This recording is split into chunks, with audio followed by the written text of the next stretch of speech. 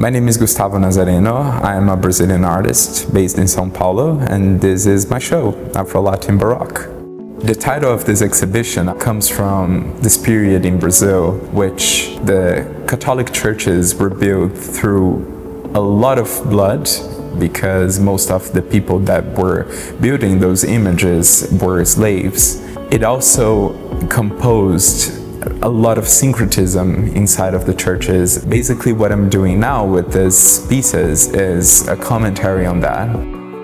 My inspiration comes from a lot of sources, from fashion to music to religion to beliefs to prayer.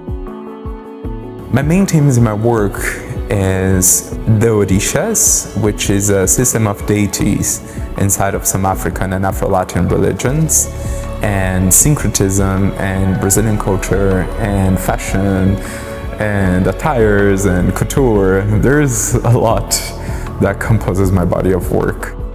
Fashion, there's a way to communicate presence. It creates a realm that is very related to religion somehow.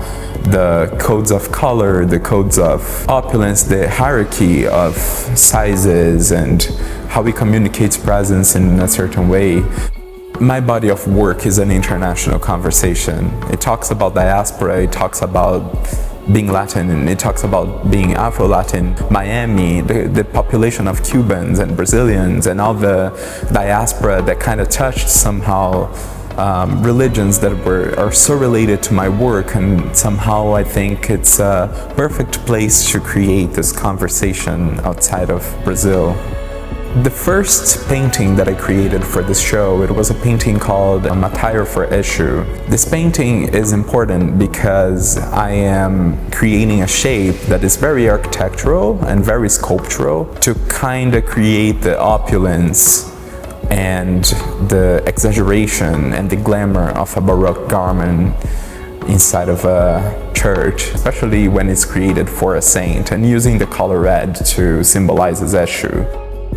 My creative process, it's always starting with a fable or a phrase or kind of something that gives me an ambiance, that gives me a shape, that gives me a color, that gives me a name, that gives me something like this.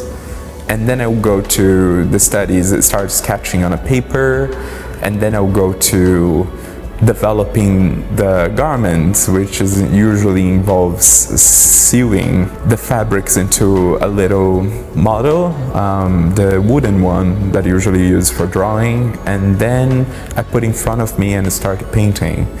And then there's the development of shadows and lights, which I do using candles, and developing the landscape if it needed, and then developing the rocks, which I do with clay. So there's those little details that are all part of my practice and all part of my process.